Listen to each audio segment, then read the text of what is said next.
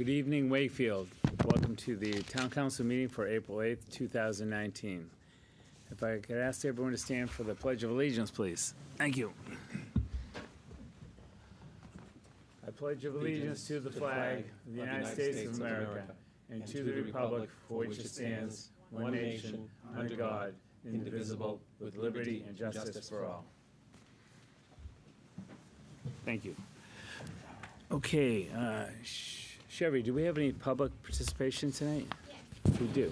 Sarah Guerin. Okay. Hi, Sarah. Welcome. Hi. Good evening, everyone. You could just state your name and address. Sarah Guerin, 46 Valley Street.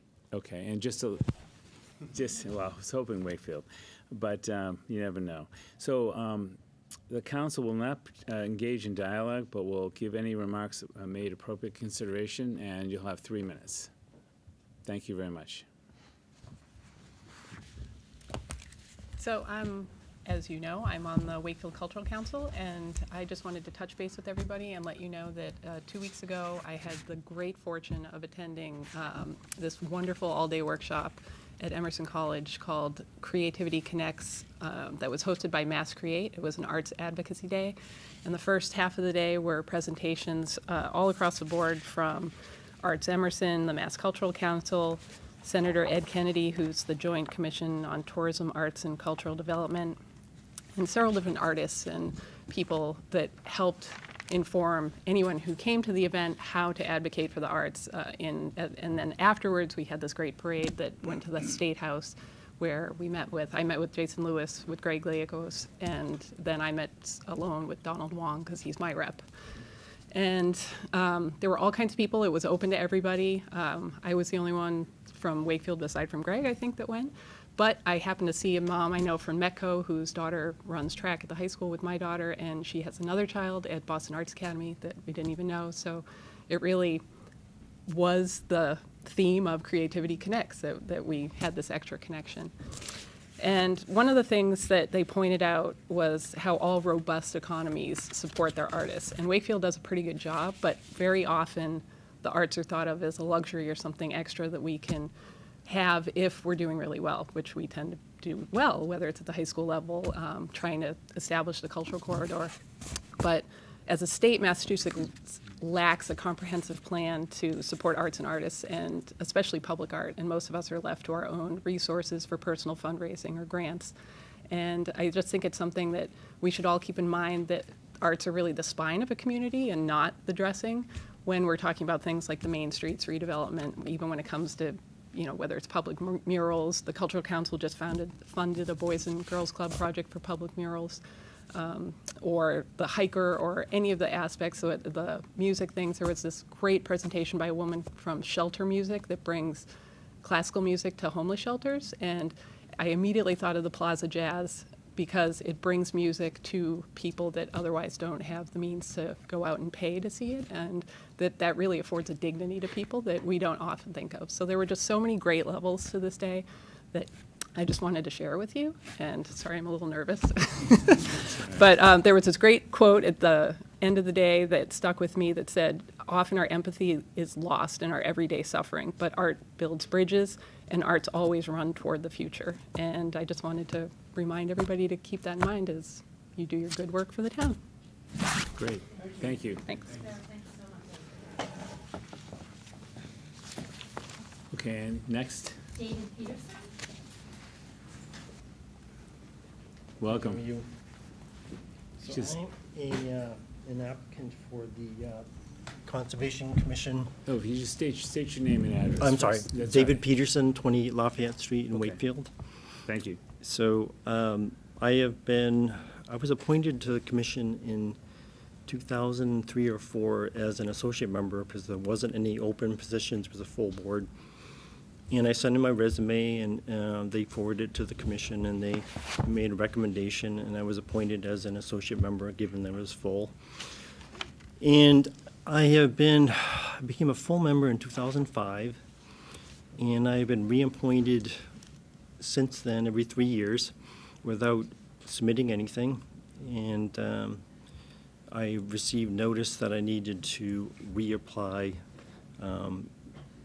so I sent in my resume and my letter of interest to them. And I discovered that a week prior to, there was a new member that was appointed. And so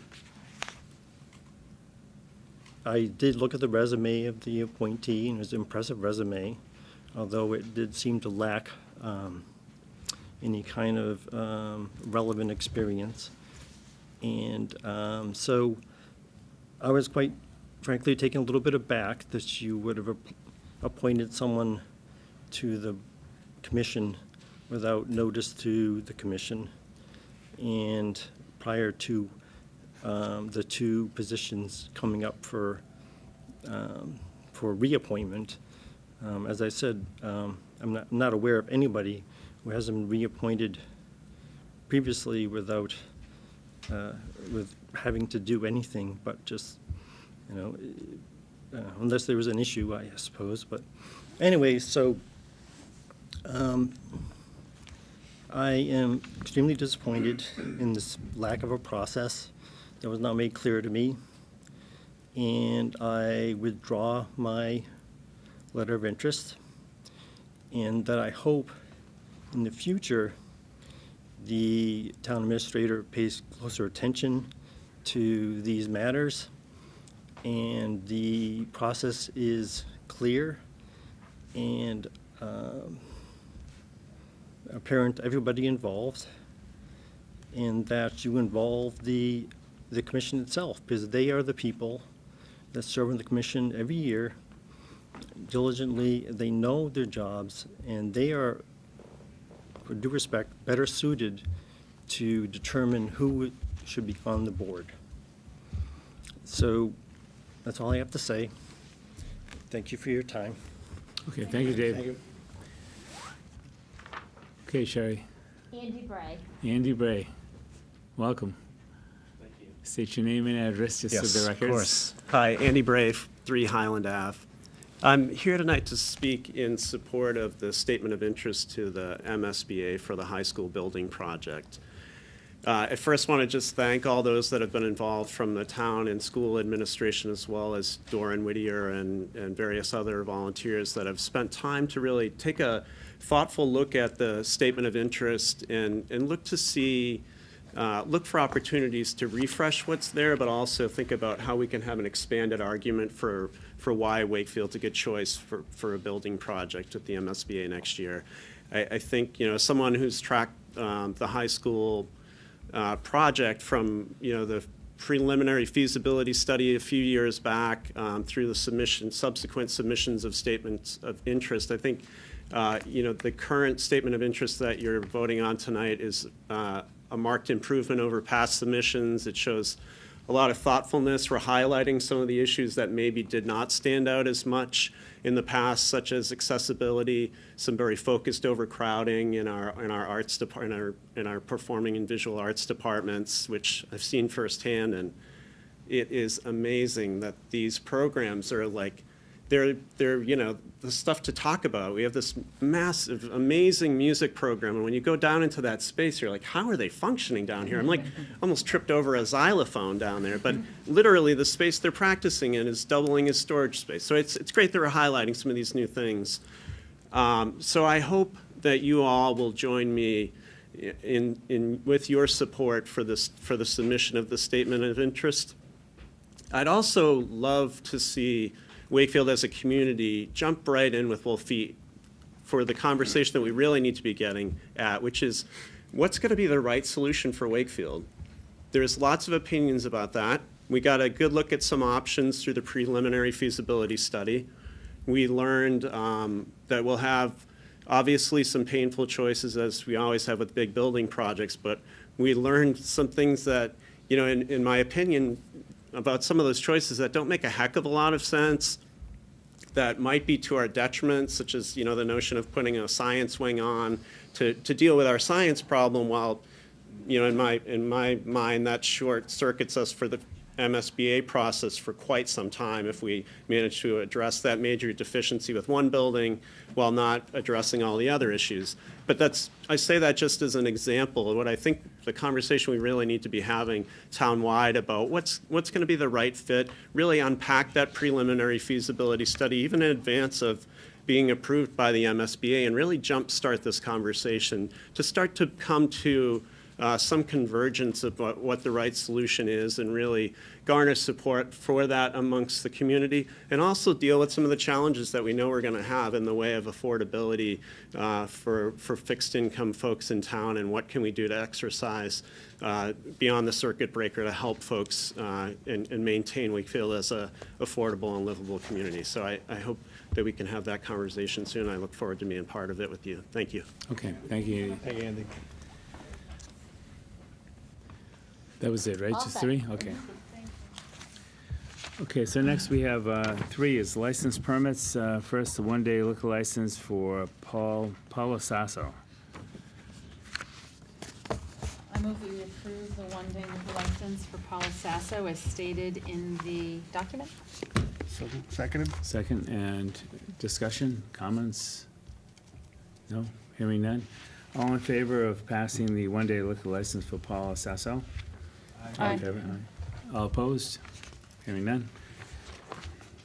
And next, we have the Wakefield Track Boosters Club, one-day liquor license.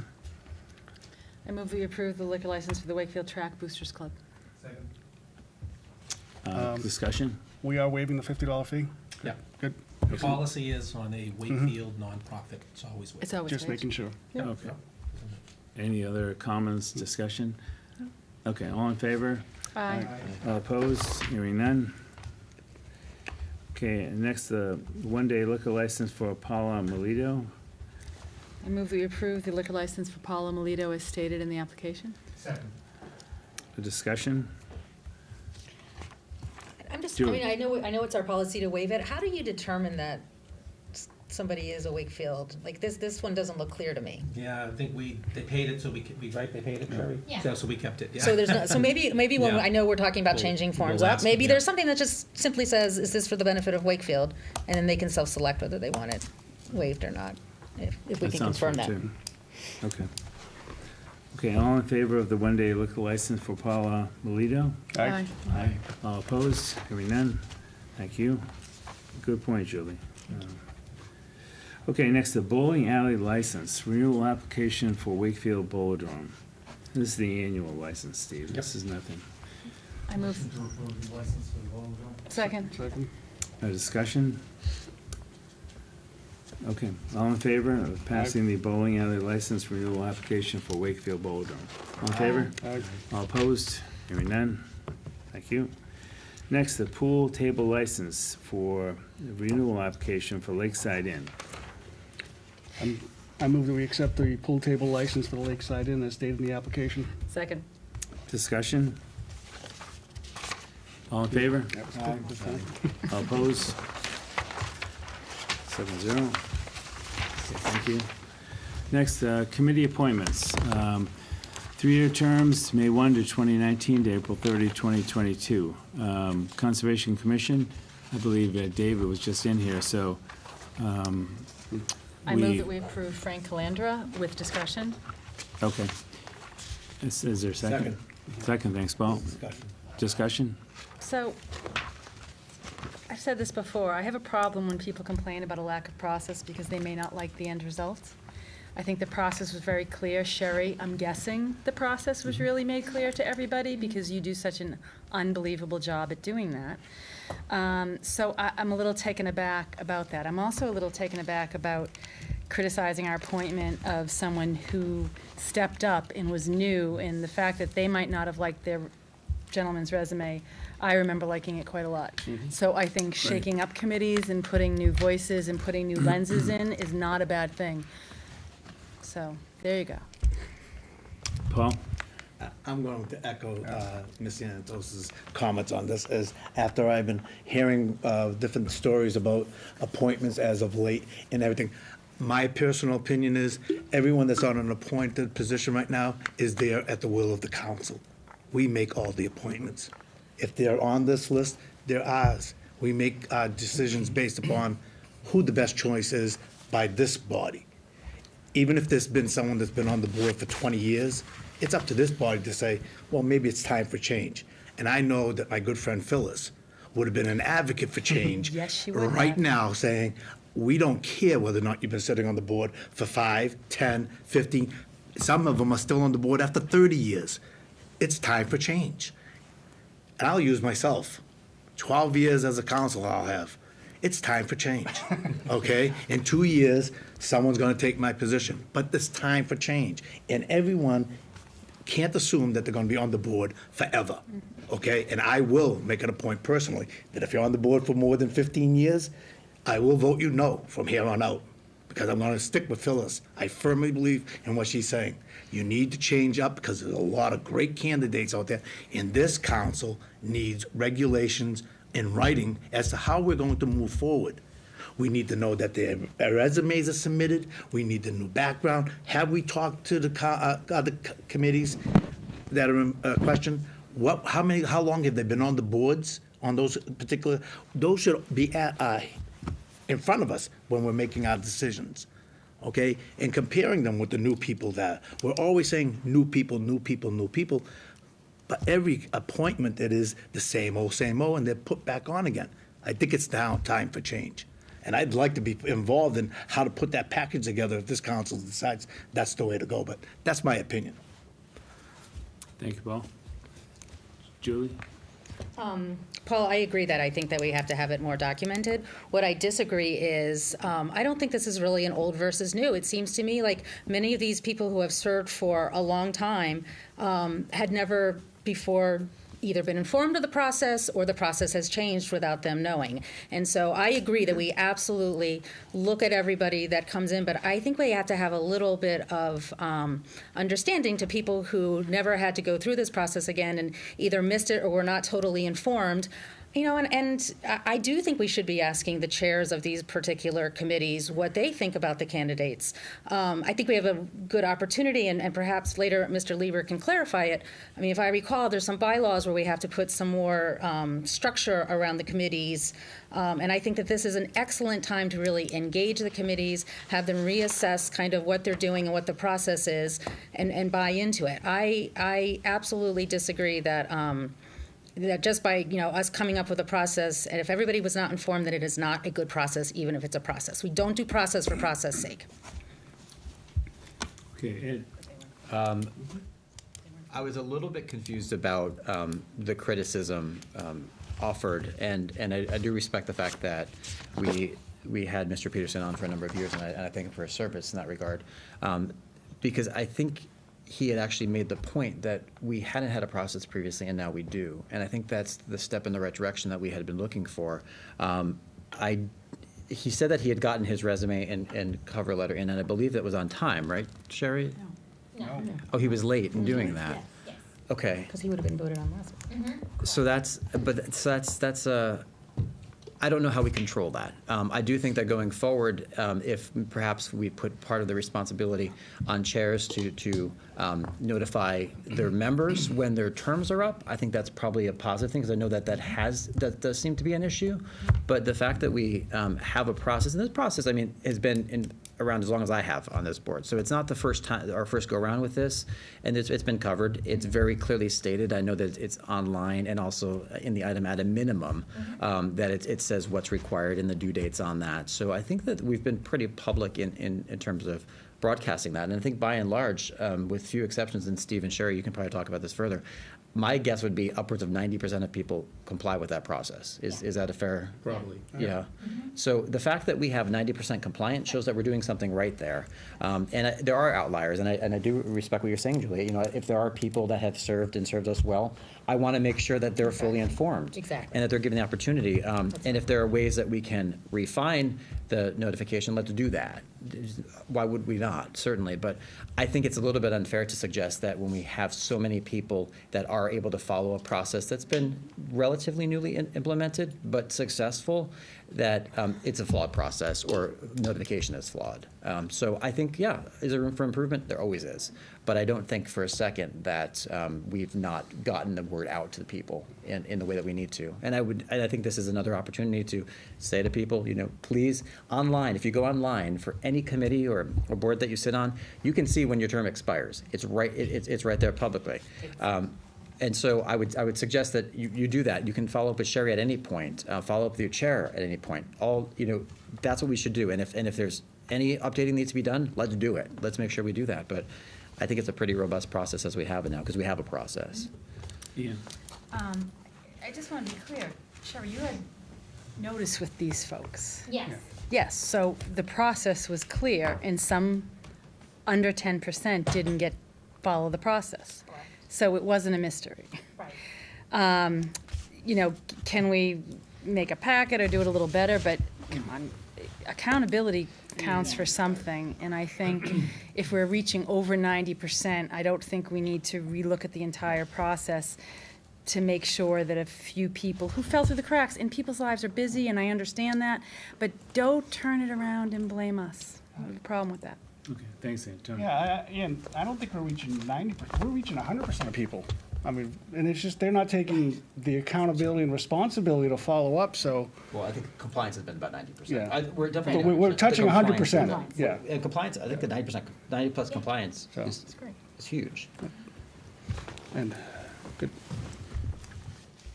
Any other comments, discussions? I would agree with all of you. I think that we're doing a good job. I think the bylaws, Dan will mention soon, that will also help, that are changing, that are planning on being changed. We'll describe what's going on in each committee and what's the dates they're going to be meeting, the duties, the expectations, qualifications. I think there's a lot of good things coming up, but we can't wait till Dan's up here. Okay, so we still need to vote, right, on Frank? Okay, so all in favor of Frank Calandra for the Conservation Commission, one appointment? All in Aye. favor? All opposed? Seeing none, 7-0. Thank you. All good points.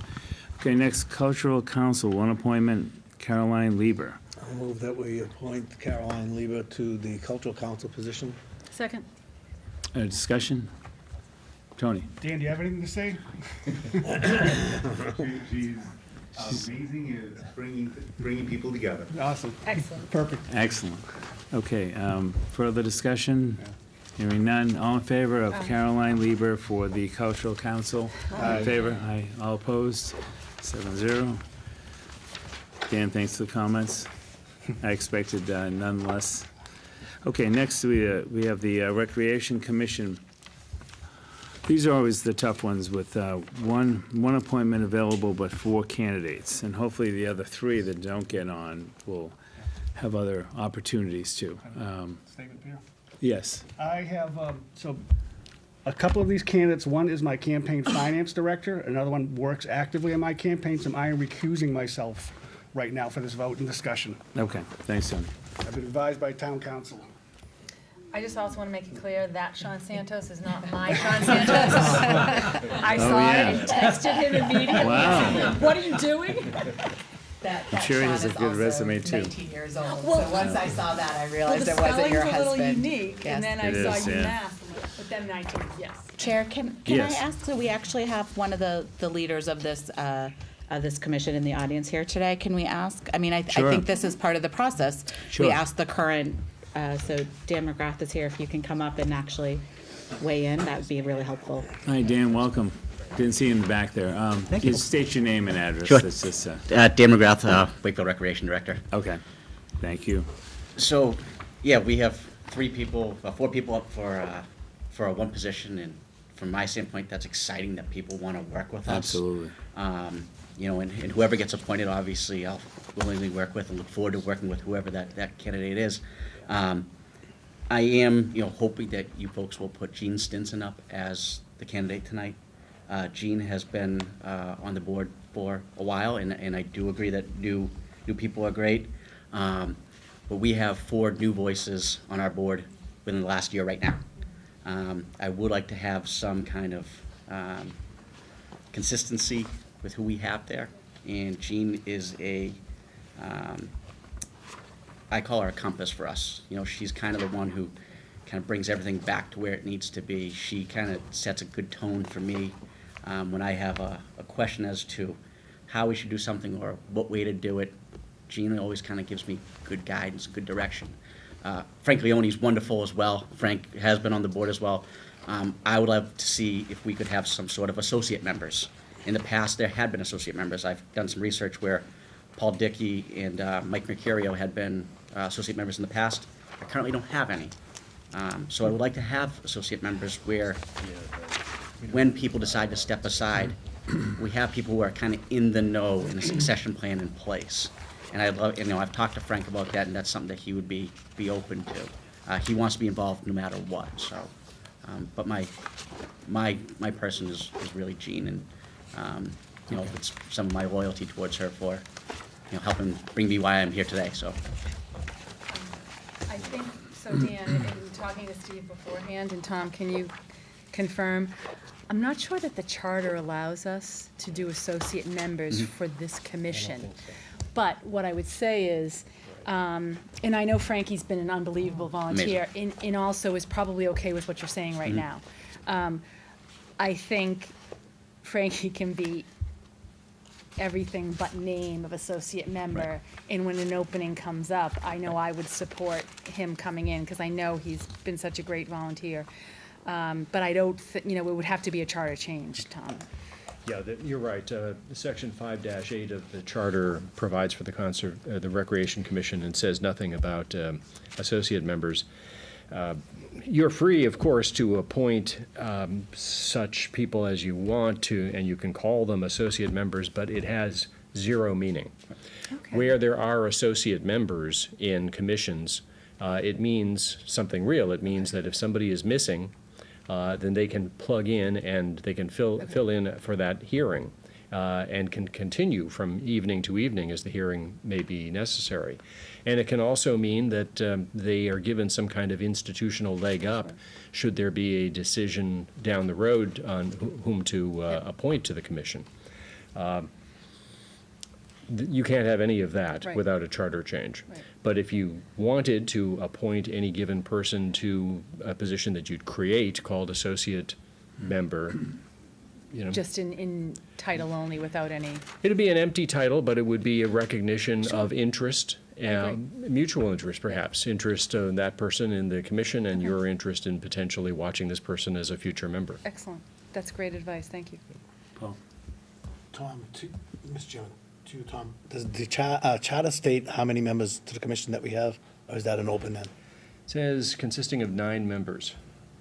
And how many members are currently on the commission, right? Well, 8 right now. And 8, this would make the 9th. Correct. So the charter stops us at 9 no matter what? Yeah. Okay. So we would need a charter change to increase that as well? Yeah. Okay.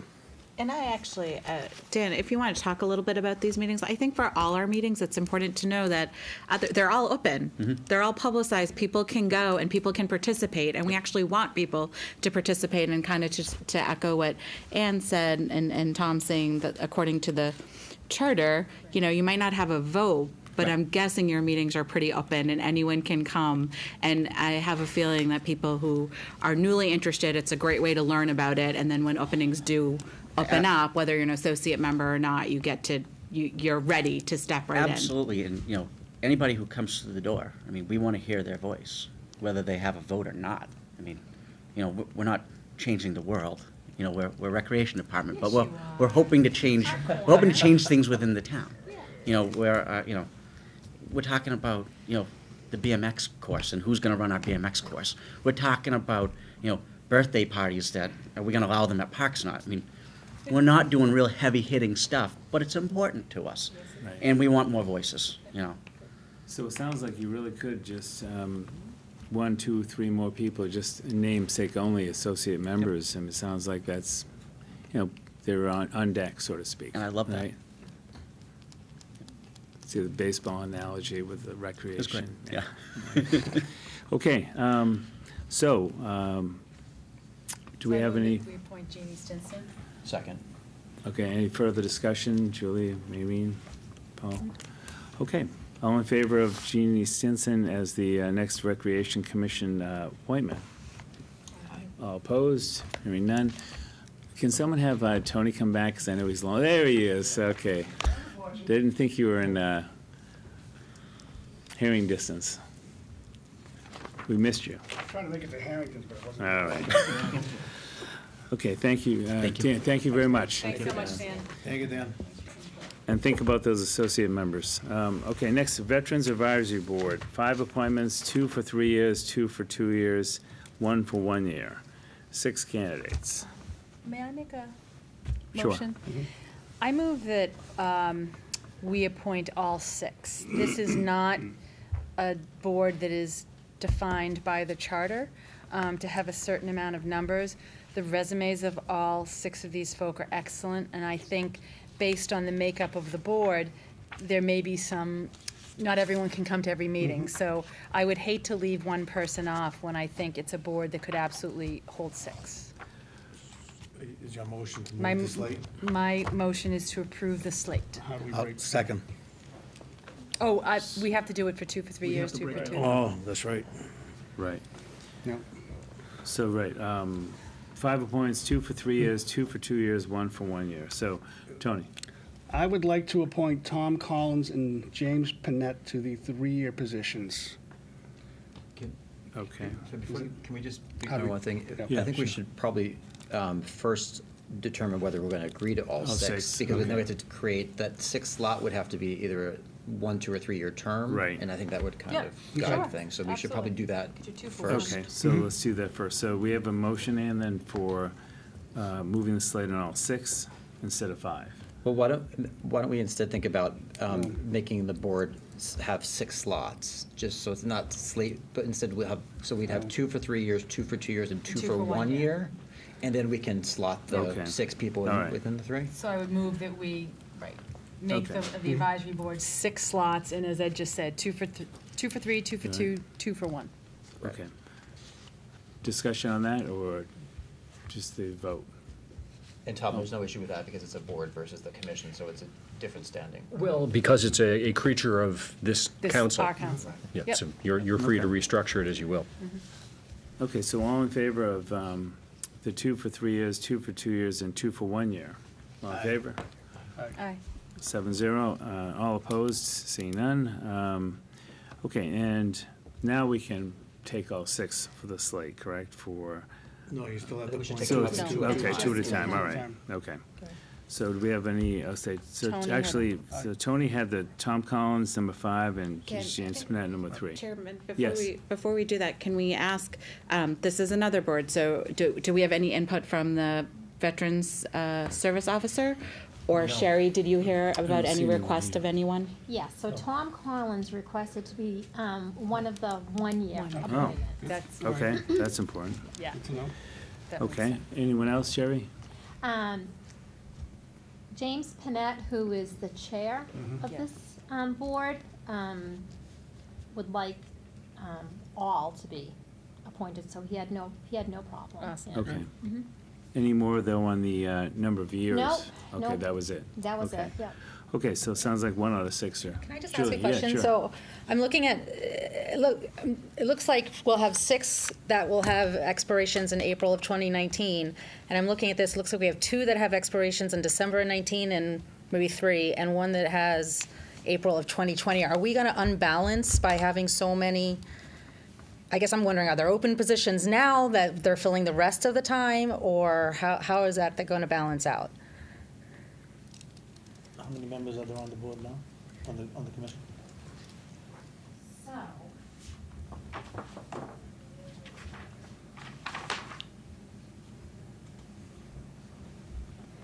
So there's 7 right now. Right. Okay.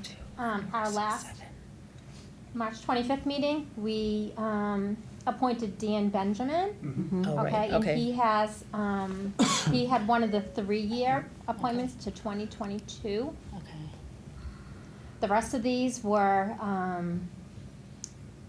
a 19 expiration, with the exception of one being a 20 expiration. So breaking it up this way, having 2 for 3, 2 for 2, and 2 for 1, they will be staggered. So it will be staggered. So even though it says Melinda Cook is December, we're reappointing her right now. Exactly. Okay, thank you. Sorry to put you Yeah. on the spot No, with that. that's I just okay. wanted to That's make sure fine. it was Yep. gonna be a good balance. Yes, right. Thank you. Okay, so going back to the timeframes for the appointments, do we have any motions for, So I would we move start that with we the three if appoint- you want. Did we do Tom Collins yet for 1 year? Yes. Tom's one, right? 1 year. James Panett, I think. We want 3. Three. Yep. So I'd move that we appoint James Panett to one of the 3-year terms available. Correct? Point of order, Mr. Chairman. Sure.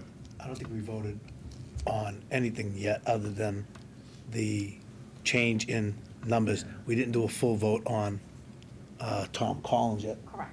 We did that. Okay, so right now, we're still working on filling. The breakdown. 2 for 1, 2 for 2, 2 for 3. And then we'd probably resolve then to move the slate according to those times, instead of doing one at a time. We can't move the slate until we know who's gonna go in the So that's what we're slate. doing now, though. Right. So if we just put James Panett in, we don't, instead of all 7 of us voting for James, and then doing each one separate, we should just figure out where we want them and just vote them all in at once. That make sense? I think that's what you would do. So Melinda Cook, anyone have a recommendation on?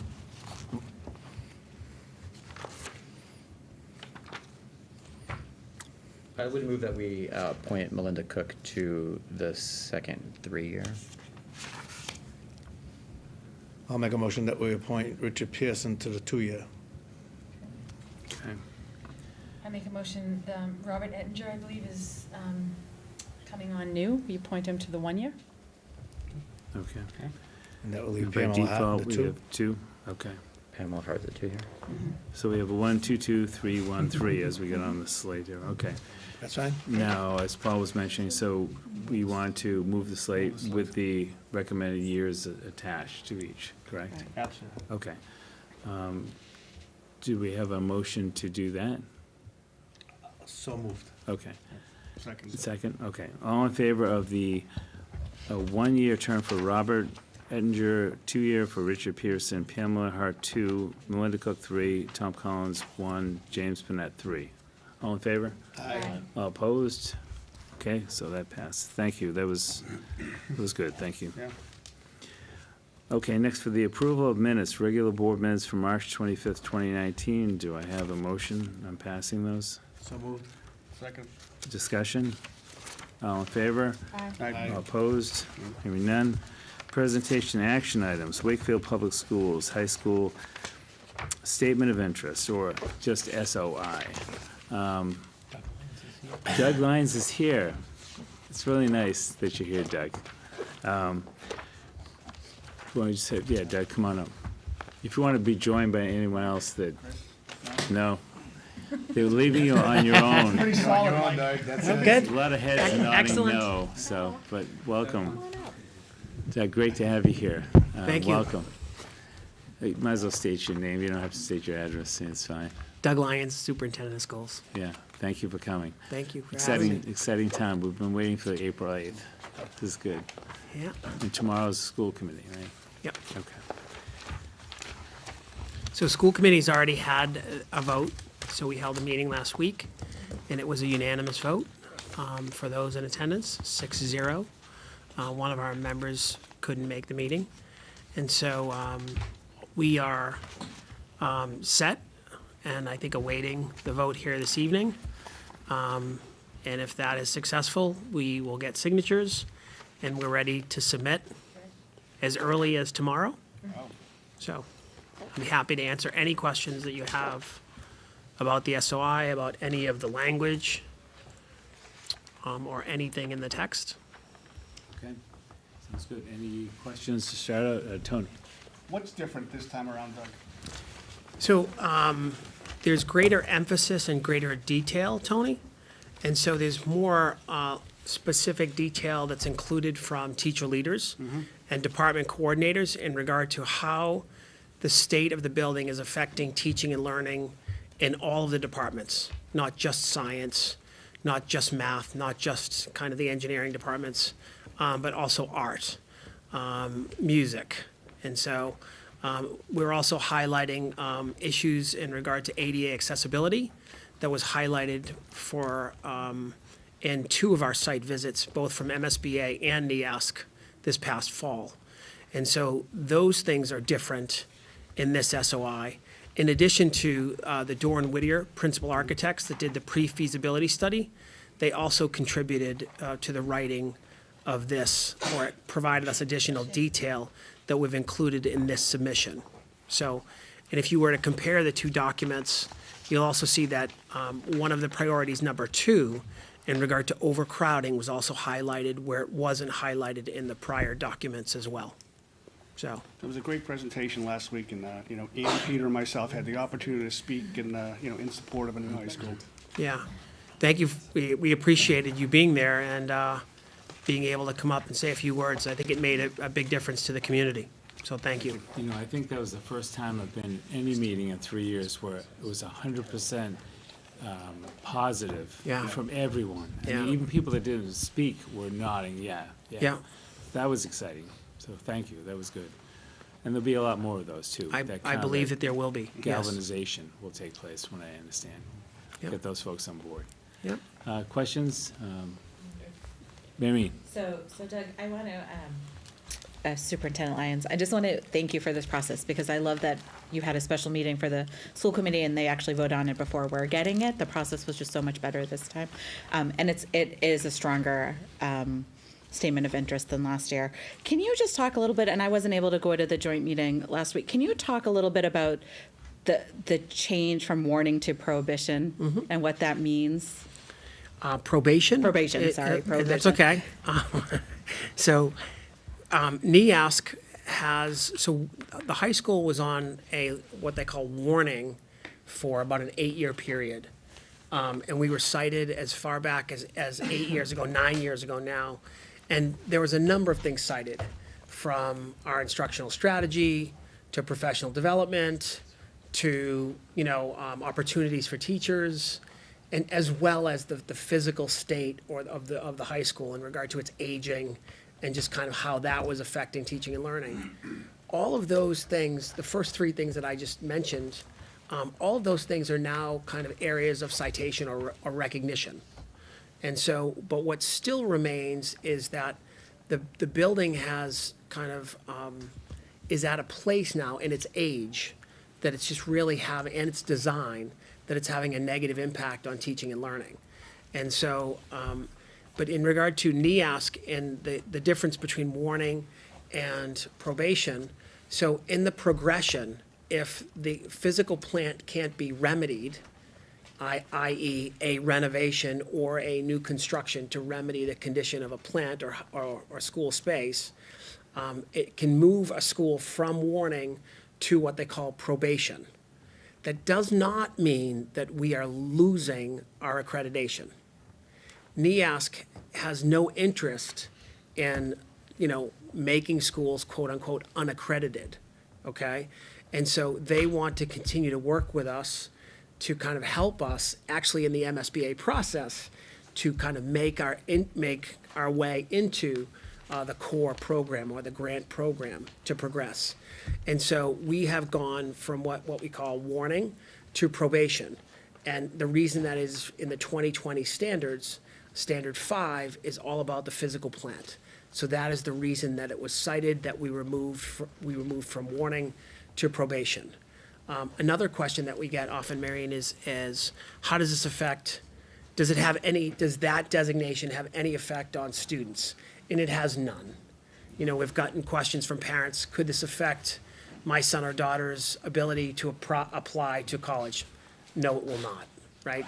So our designation now is about our physical plant, and we believe that change will actually help us in kind of the eligibility process, right?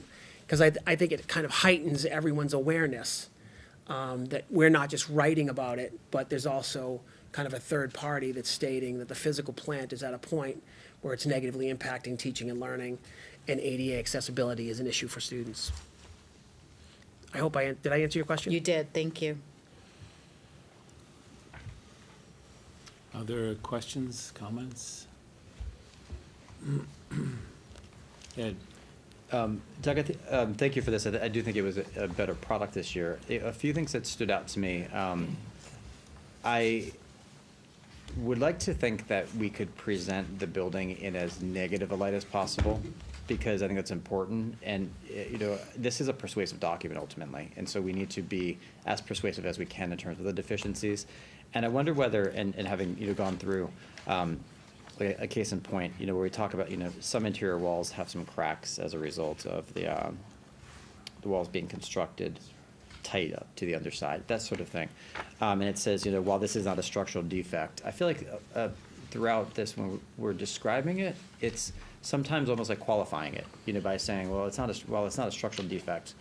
Do we need to be like that clear about it? Or can we say, there are cracks that cannot be fixed, they're likely to get worse, and kind of present it in a more dire form, because, this is just like kind of one such example of that. But and Anne can probably appreciate this too. Like when you're trying to advocate, you want to try to, paint a picture. Paint a picture. Yeah. And I think that while this to me presents as more of an assessment than a persuasive advocacy piece of writing. Yeah. And I think that when we're in that highly competitive pool, we need to kind of nuance that language a little bit more so that we are more persuasive in what we're saying and not just kind of stating for them. Like this is fine if like an independent third party wanted to come in and kind of do their evaluation or assessment. I get it. But I'm just wondering if there are a couple of areas that we can maybe tweak a little bit so that it becomes a little bit more of an advocacy, a little bit more of, like these cracks, they're not going to be able to be fixed. They're undoubtedly going to get bigger and perhaps increase, so just kind of like along that thinking. And I think that this is a better product certainly than in the past, but I wonder if there are not some opportunities, where we can do that. We're talking about, in summary, the building appears to be structurally sound. I mean, that's the sort of thing where I'd read that and I'm like, all right, well, it's not ideal, but we're okay. Can we maybe try to highlight some of the, the real bad stuff so that we kind of get that out there in a little bit more persuasive way?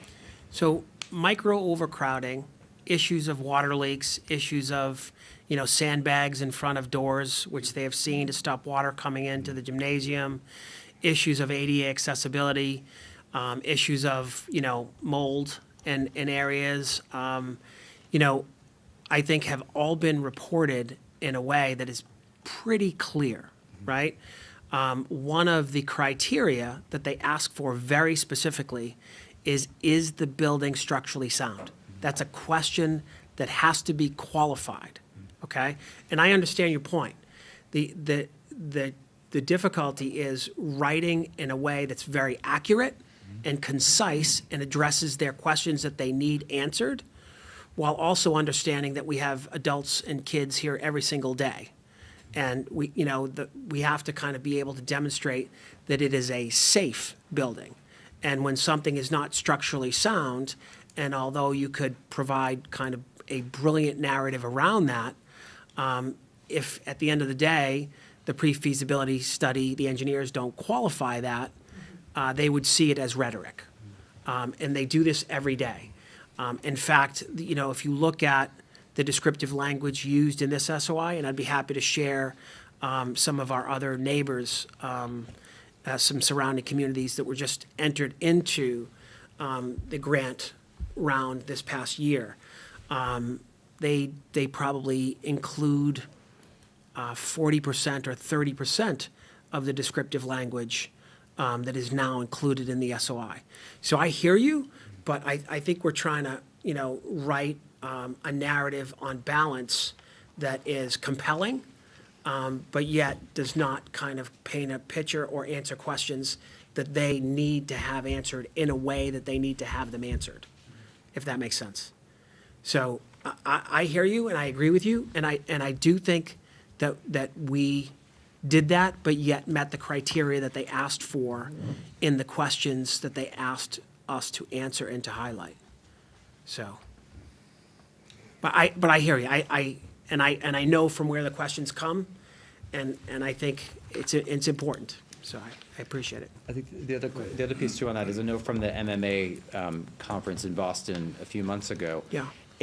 The town's enthusiasm for the Galvin was really something that I think set us apart from a lot of other communities. And while I'm not saying that we're rewarded with a new building or like modification to the current, whatever it ends up being, as a result of that. I do think that, really making sure that, and perhaps it's in this submission, perhaps it's, if we get to the next phase, the tour and the like, Yeah. but really highlighting that, I think is really important, because Yeah. I know in a lot of other communities, Yeah. you don't have that kind of consensus building. In hearing, people talking about last week, that meeting, that kind of consensus, especially with a project like this, Yeah. is not common. And I think that sets Wakefield apart. So if all things are relatively equal between us and someone else, Yeah. I think that's, the bit of information that could maybe set us over the line, over another community. And so to the extent that it's highlighted more so at the appropriate time, I think Yeah. that would be important for us. I think, our meeting last week, our forum was kind of the start of that, Ed. And I think that, getting together kind of working groups is our plan to figure out, how do we kind of message to parents who couldn't be there, and how do we message to parents that have an interest? Because parents ask us, what can we do? What can we do to support this? When Kara Morrow and I, the assistant superintendent, meet with elementary parents, we've met with them for coffee to talk about budget, to talk about their classes. Often the first question that we get asked, what's happening with the high school? And so I feel like there are there's this overwhelming support of parents in the community that are just saying, all you have to do is let us know. And I do think there's an appropriate time for that. We need to get into the SOI round. We need to successfully submit and get to kind of the next level. And when that happens, I think that, to be honest, I think we're going to hit it out of the park. And I think that overwhelming support of the community will become significantly apparent. So I feel like we're ready, and I think the conversation's kind of percolating based on the meeting that started last week. Ian, did you want? Yeah, I was on a multi-year committee for the accreditation of Suffolk University before NEASC. And I hear what you're saying, Ed, about, certainly as a litigator and someone who's written persuasive documents to a court, we had to rein ourselves back because we knew the audience didn't want that language. You had to be pretty concrete. You also had to be very concise. So you couldn't say everything you wanted to say. It was a little frustrating, but I also think they know it. Building Association knows it, NEASC knows it. So I do think this is a very good document. It's a strong document. The part about people getting ready to jump on, we heard that at the forum. When if this gets approved, that's the next step. And I think just how the Galvin started in living rooms, in PTOs, like desperate people, we met them all. Yeah. And I think it will be very easy to grab hold of that excitement and move forward. So I would definitely, I'm a positive vote for this. Paul. Thank you, Mr. Chair. I've read this a number of times. When I've had questions, I consulted with Mr. Mayo just to get clarification. I understand the need for this. My question is, we submit, you get the signatures from us to have Steve sign the document. Yep. SOI submitted. Yep. What's the game plan if it's denied again? That's This is an honest question because where do we go again? Is there a contingency plan to do something other than constantly resubmitting year and year and year? Or is there going to be a plan that says, okay, we're denied, now we're going to go with a different plan and get something done? Yeah, this is a great question, and I think it was asked at our joint school committee town council meeting by Chris Callanan. What happens if we don't make it in, right? And it's a little foreshadowing, and I'll be honest with you. I think we've worked harder, I would say smarter. We've involved more constituents. We've involved MSBA. We've involved a consultant. We've involved, architects. So, and with the accreditation piece, there's kind of weight in this document that we didn't have in the last round, Paul. And so I'll be honest with you. I'm planning on being accepted this round. And so I'm just saying. And I'm not a Debbie Downer, but I love the positive that you're trying to put. But your question is, Okay. what happens if we don't? So Right, because I'm not trying to make this into a full No, debate yeah. tonight, Tom, I'm saying that ahead of time. Yeah. What I'm trying to say is that they've already said to us, we don't think that you are equally as in need as other communities. They can do that again. Right. And all I'm asking right now is, if they do say that, Yep. I need to see something done at the school. I don't want to wait again and Yeah. resubmit another year. Yeah. Well, the question is, what resources are available to do what work? That's I right. mean, without defining that, or without kind of having those parameters. And so, and the dilemma, Paul, is that, if a price of a new school is $140 million, if a reno is about the same, right? And the state, as part of the MSBA process, could pick up 50% or a little bit more than 50% of that, you're talking about $70 million. So that, if we're not accepted into the grant, or if we moved away from MSBA, that's what we'd be leaving on the table. Right. Right? And kind of, I understand the argument on balance that, we need to plan now, we need to have a plan B. And so I agree, I do think we need a plan B. But I do think it needs to be strategic, and I think it needs to be rooted in the resources that are available. And we have not yet kind of developed that plan. And that's fine, and you're going with, the SOI that you're presenting right now is the A1 plan. Yep. That's fine, and you're gonna probably get the backing of everyone here, but I'm just saying, what if? No, I think it's part of our, And that's the type of Yeah. a person I am. Yeah. Okay, nothing's guaranteed in life. Okay, and I just want, that's one simple point.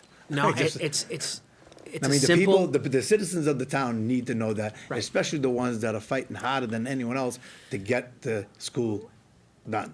Right. Okay, it's the what if it doesn't, what are you going to tell them? Oh, we'll try to submit another plan, and then, I'd like to see that backup plan. Am I wrong to a degree? I don't know. See it right Not right now, I'm just saying. right now. but- There is a too group hard. that wants to, fund it by ourselves, But which I can't support. So, and Yes. So, Paul, if I may, you're kind of like a master, of the obvious in that question. But it's an incredibly well-asked question, and we've been asked it in the course of the last really couple of years quite often. It's not a new question. No. One of the things that, one of the reasons that prompted us to lay out the course of work in the last couple of months that we did was really to get get our hearts and hands around the ability to one day to get to that. It really started, and I think as Ann and Tony were about to say, I think anyways, at the State of the Schools meeting that the superintendent had back in January, Doug's there to talk about, the accomplishments of the school department, and the meeting gets hijacked about the high school, which is perfectly fine. The community should talk about what the community wants to talk about. And there was some really a vibrant conversation that occurred at that meeting. And one of the pretty vocal members of the community, I think Tony was saying, said, let's just go at this ourselves. Well, I mean, whether that's good, bad, or indifferent, it certainly deserves to be aired. It deserves to be discussed and priced and either acknowledged or discarded, but it certainly shouldn't be dismissed. So one of the things that we're, as part of the course that we had when we had the forum a week ago Thursday, was that after the submission, after the school committee and the town council's hopefully voting affirmatively this evening, after that occurs, we're going to be putting in place a working group, and we'll be seeking our volunteers from both all walks of life in town that will really get to what I described at the public forum as some of the if-then statements. If this happens, then what? If this doesn't happen, then what? And that's actually one of the very questions that we don't appreciate want to wait until December or January when MSBA comes back, because we're wasting valuable time. That's right. The community deserves to have that vibrant conversation. I think the school committee wants to provide the community with the forum again and again to have that conversation, and I think there's some really engaged community members that want to roll up their sleeves and to engage in, not only the campaign to build the middle school, the new high school, but what happens if the scenarios, don't play themselves out the way we hope. So hopefully what we'll be able to do, which we weren't able to do, say, a year ago now or 24 months ago now, was be able to answer that question come December or January when the MSBA gives us their answer to the 2019 submission. But with this SOI right now, you built a stronger foundation. So you're presenting a stronger package. That was part of the goal, too. We really worked So you did really an hard excellent job to- on that, Yeah. okay? I'm sorry if I asked the what if. No. No, it's an important It's a question. perfectly reasonable question. And I think It's a it was great question. I think the timeline that you just talked about, Tom, is really helpful to us because, and I think to echo what Paul and everyone's saying here, I get asked that question more than any other question. And that's the first thing people say to me is what's happening. And so I think to have an open process and to tell people that nobody wants to do a plan B, but there is a plan B, and we're going to start talking about it even before we need to. And that's just really appreciated. So, And we probably need a plan C. yeah, At least, no, conversationally, because we all know there's things that really have to happen in this building. That whether the state is willing to fund any portion of it or not, or at least anytime soon. How much longer do we want to wait? These are excellent questions that aren't lost on the school committee or the school department, and those are, with this working group that we're going to be discussing tomorrow night at the school committee meeting and seeking membership in the near future, that's exactly the type of scenarios that we want to be able to give voice to. Thank you. Appreciate it. Appreciate your answers. Thank you, and I think most of my questions have been answered. I have a pretty simple question. Is this SOI available to the general community to read? Will it be available? It's on our website? It is on the website. Excellent, because I think that this has been a really revealing document for me. I mean, Yeah. I think we have spent a lot of time thinking about the science issues, but I mean, the fact that there's the accessibility and This the is music not and just the science. social emotional health, Right. I think it's really worthwhile for everybody to Right. read, and I think it will be a great impetus for the working group that you're putting together. And I agree with Ed, if we can kind of replicate the enthusiasm and the advocacy that we had with Galvanize, I think that will really move us forward. So congratulations on a good, and thank you for making it publicly available. Yeah, I think it's turned out really well this year. I think this process happened a little earlier if I were to look at it, and also I feel good this year too about it happening, and the Apollo 13 thing about failure is not an option. I mean, I think this is it. I think going alone, 140 million, though we'd like to talk about it, I'd rather not. That's a huge nut to crunch. But that's another story. Steve, did you want to read that? Yeah, the SBA has a very specific motion that we need to go, so I think I'll read that. if it's Please, okay. please. Oh, sure, I'm sorry. I realize it'll be online. Is this something, too, that we could have hard copies in circulation, for example, like at the library, at the senior center? Because we have a lot of, folks that are, Certainly. not able to access, things online easily. It's a great and a suggestion. lot of our seniors especially, I know I'd like to be able to have, just opportunities like that. Yeah. A few copies, so that they can take a look, read it, and understand, because to Julie's point, it's a lot of information here, Yeah. and it's important for the community to have a full understanding of what's going on. If you're not the parent of someone in the high school, there's no way you're going to know Right. the depth and breadth of what we're talking about here. So I think every form possible, including just photocopies, available would be helpful. I would add to that that we should probably have a document that sort of frames what the SOI is.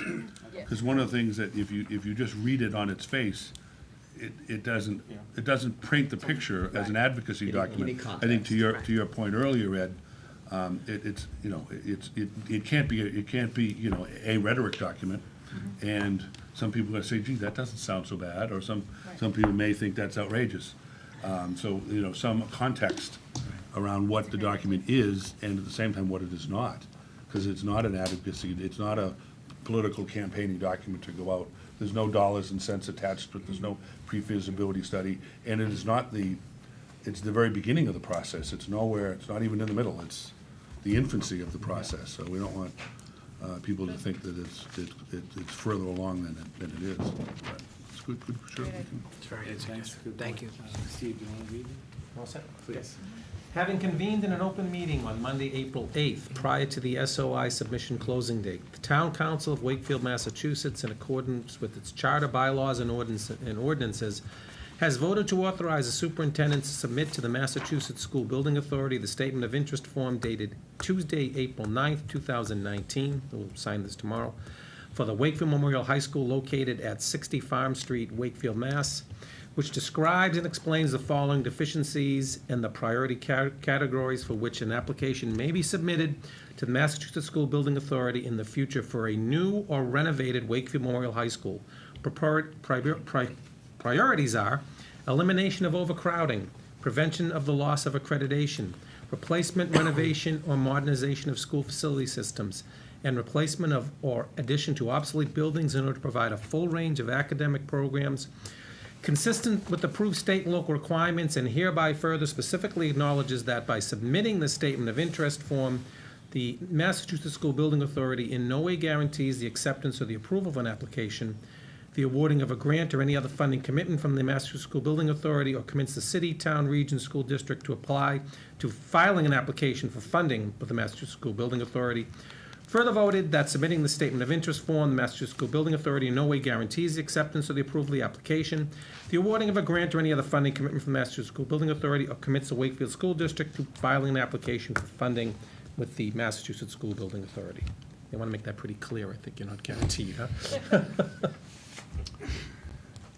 Need a motion. That would be something that. I move that we accept the statement of interest for the Wakefield Memorial High School as read in detail by Steve. Second. Okay, all in favor? Oh, Discussion. sorry, Paul. So we're approving it, but we have to also authorize Steve to sign it. And you can do that next. Okay, we're gonna do it separately? Okay. So I didn't know, okay. Okay. Okay, so going back to all in favor of what Steve just read to us. Aye. All opposed? Seeing none? 7-0. That's a good start. I can make a motion.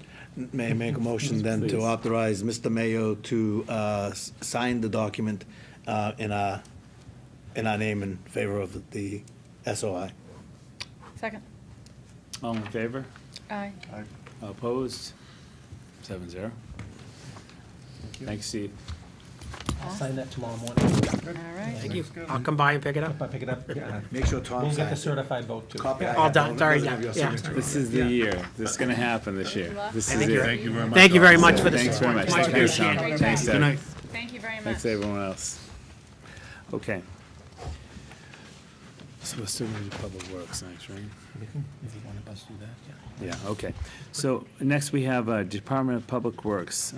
There's a food drive, second annual Fill a Public Works Truck. Yes, this is all part of the New England chapter of the American Public Works Association, and they work with and our town department works for the Wakefield Interfaith Food Pantry, and they will fill a truck or more during the week of May 19th through May 25th, and they'll be down there usually at Shaw's, and they do fill a truck with food, and it's not a small truck, so it's really kind of a fun day. We'll let you know when that day is going to be, probably the Saturday of that week. So that's really just Excellent. letting you know Yeah. that's happening. Excellent. The other part and parcel of that is that it is, would like the town council to declare the week of May 19th through May 25th as National Public Works Week. And we do have a resolution in there that we will put on the website if so approved by the town council. I move that we declare those dates to be National Public Works Week, as we have done for the past several years. Second. Further discussion? All in favor? All opposed? Thank you. Thank you. Thanks, Steve. Okay, and next we have the Nahant Street Pit, expansion of pit hours. Ed, did you want to pick up where you left off on that one? Sure. I'm excited about this. Thank you, Peter. You're welcome, So Ed. I had the opportunity to speak further with Mr. Mayo and Mr. Stinson about the schedule for the Nahant Street yard waste facility hours. As I had raised previously, I think it's an important benefit to the community if we're able to have continuity and predictability for our residents and knowing when they can go to this facility. The schedule as it's been historically is interesting in that there is predictability in that every Wednesday the facility is open.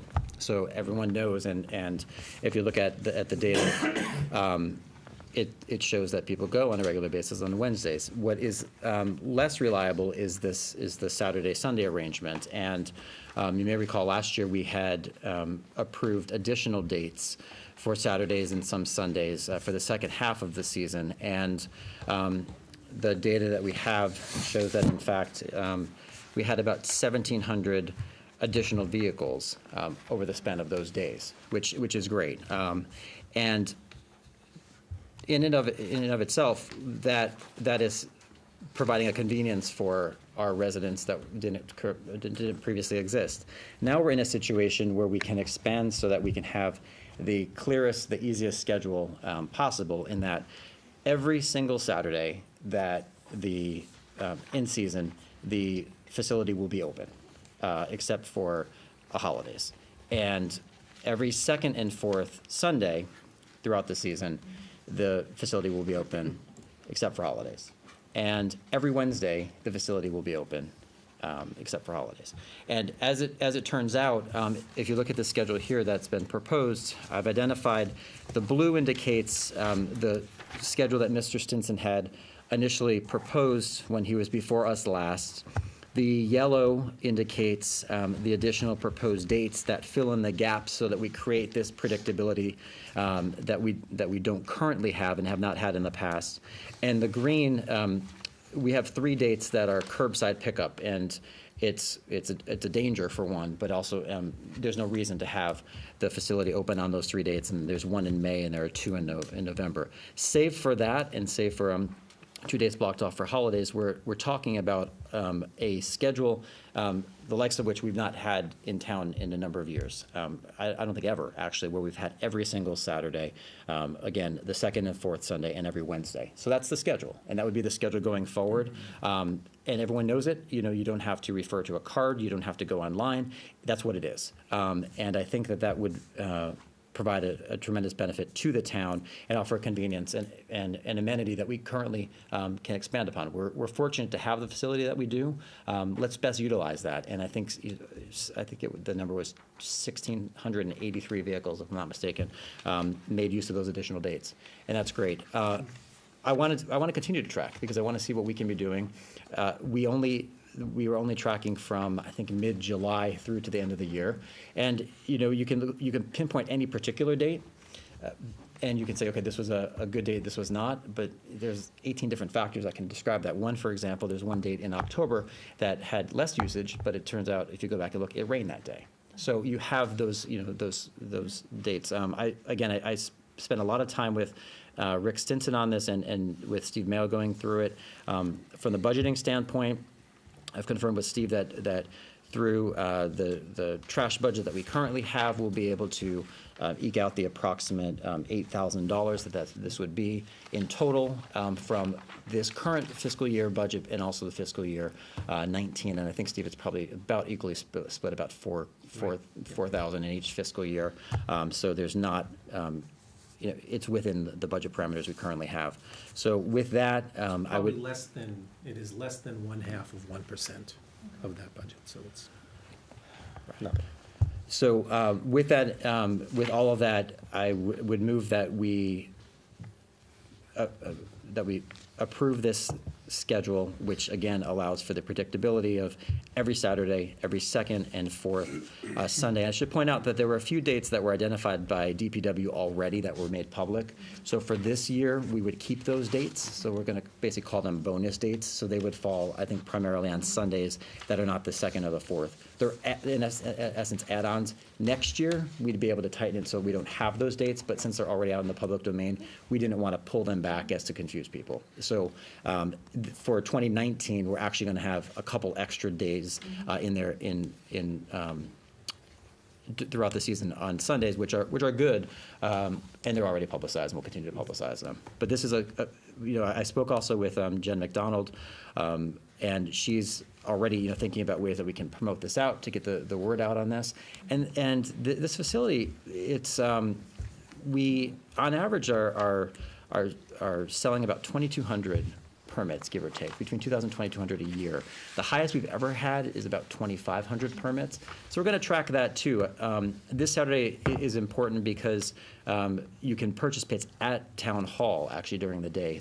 DPW will be open for that purpose as well. And so I'm hoping that this will also encourage people to get out and buy their pits and then make use of this facility. But just knowing that they have the reliable dates of it being open, I think will be a big improvement that we can all, it's a small thing that has I think a significant impact at the very local level, which is what we do. So with that, I make the motion that we approve these expanded dates for the Nahat Street Yard Waste Facility as detailed in the calendar you provided. Okay, do we have a second? Second. Okay, Tony, do you want to comment? Quick question, and I'm glad you talked me through it earlier. What stands out to me is October 13th with 39 cars. That was the rain date, yep. October, and it's also Columbus Day weekend, too. October 28th with 61 cars. Yeah, I'm gonna vote in favor of this. But when I see the dates, for 2019, when the vehicle counts come in, and we see trends for those particular weekends, whether it rains or not, snows or whatever, then we'll maybe take a pen to some of those dates and, pare this down. But good job on this, and like I said, you'll have my support. I think just to that point, Tony, it's hard. I think you're right. I think we need to look at trends. And right now, you can look at dates in a vacuum, and I studied this. So we went through, and there's no real pattern. I will say that the fall, it's very robust. This facility is very robust, and that's even with 2 collections in the fall, mind you, curbside collections. I agree. When you look at this, I think you'll find that there was one day that there was a lot of activity, and then the next day there was very little. So there's no clearly defined patterns. Like put Patriot Days in there and Right, Patriot exactly. games and Yeah, I mean, weather. interesting things before the 4th of July, for example. That weekend is very big. The weekend before high school graduation is actually a very big weekend because there's cleaning up. Before Memorial Day weekend, and talking with Rick Stinson. So there are some of those that are somewhat more predictable. But if the weekend before the 4th of July is going to be, rained out, you're not going to have a lot of, people. But you might have it the Wednesday before, things like that. So it's kind of like our snow emergency, responsiveness. We have the snow machine apparatus there for the whole season because we don't know what particular day we're going to need it. And I think this is the same kind of idea. Right. Weather determines a lot of this. Paul? Thank you, Mr. Chair. So I'm going to look at this to another set of eyes, but I'm just curious of how this was already presented before the board and was already brought to a vote, yet the exact same thing is being brought again, not for discussion, but just for comment.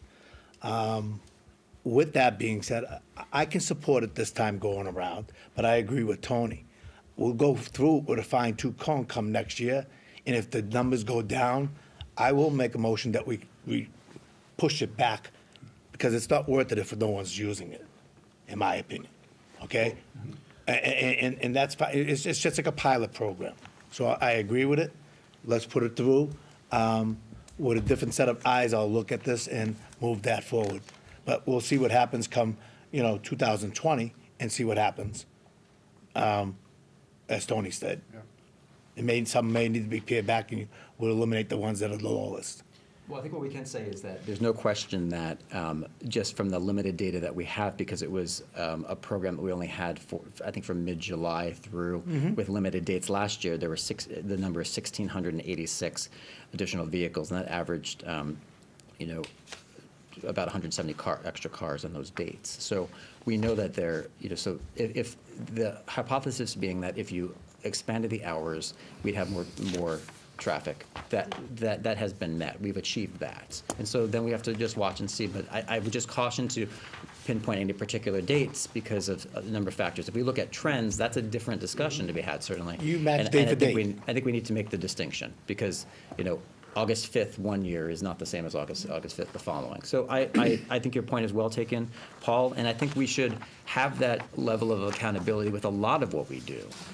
We should be able to measure the success of a lot of the different things that we do, you know, and so whatever matrix we set up, and they're not going to be the same for each thing, but across the board, I think thinking about ways that we can have, you know, measures of success for anything we're approving, that makes sense, because anything that gets approved should always be subject to reevaluation.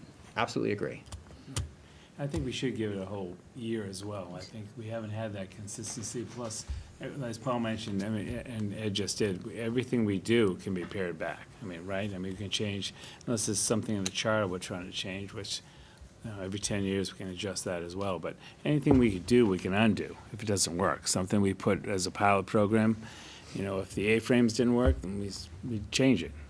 Any other comments, Maureen or Julie or anyone? Okay. So we have a motion, a second. All in favor of Ed's, we'll call it Ed's Pit changes. All in favor of that today? All opposed? Hearing none.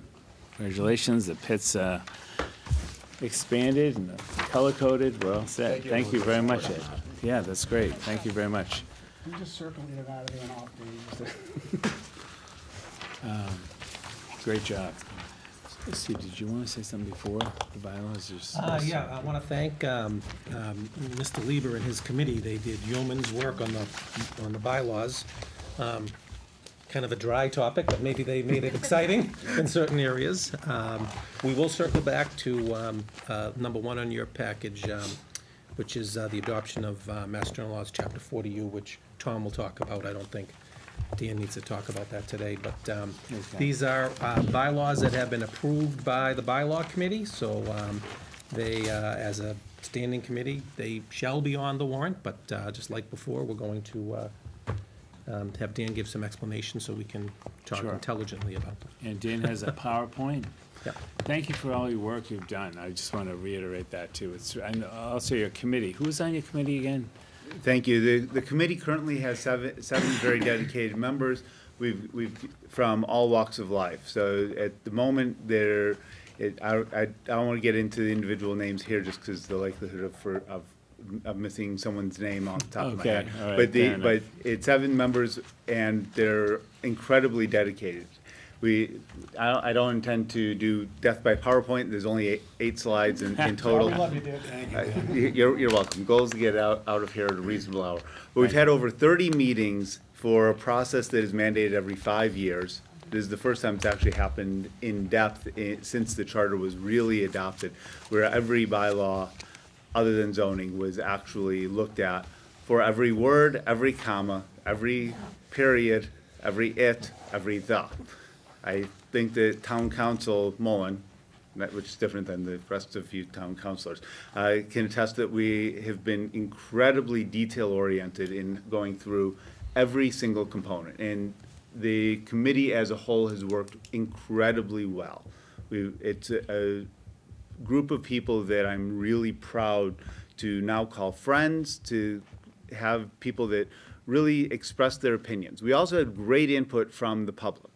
All of our meetings were open.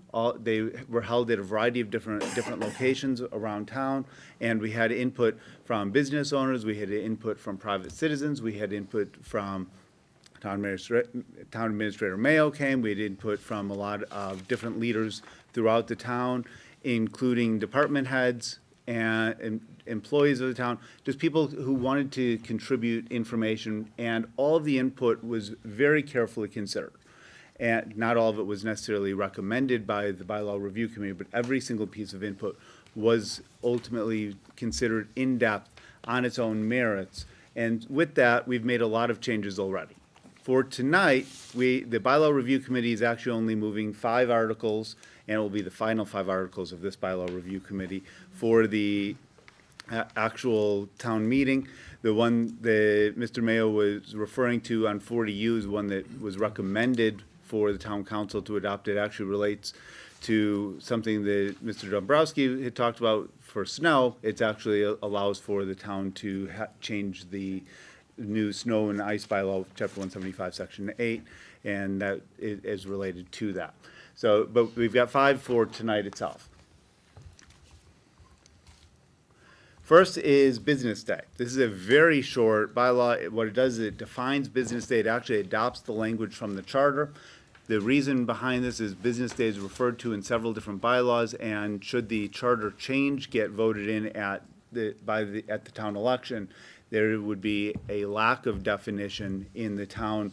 We recognize this as a committee, and so proactively are putting in this particular article. If it turns out that I believe it's going to end up being Proposition 1, Question 1 on the ballot. If for whatever reason that does not go through, then this bylaw can still go through without having any conflict. So it just adopts that language into the bylaws itself, defining what a business day is, which is basically any day that town hall is open to transact business. The next one is a kind of a follow-up to a discussion we had about a year ago for the Permanent Building Committee Advisory Committee. We're not recommending any changes to the Permanent Building Committee itself, but for the Advisory Committee, which is required under the current bylaw to be created and convened for every project, we found out through process that it actually had not been followed accurately. And part of that was because of who was supposed to create it, how it was supposed to be created, who was supposed to be on it, how it was supposed to meet. The process just wasn't followed. There was a discussion earlier about process. This is specifically designed to improve the process, and as such, actually improve the contributions by all of us as citizens to the town. Not just as individuals, but every citizen to have a place and a voice, and to encourage participation.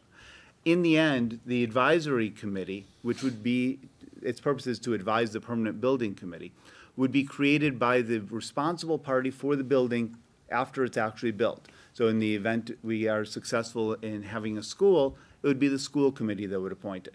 If we have a public safety building, that would be appointed by the town council, which ultimately is responsible for the building. If it's a library, it would be the library trustees.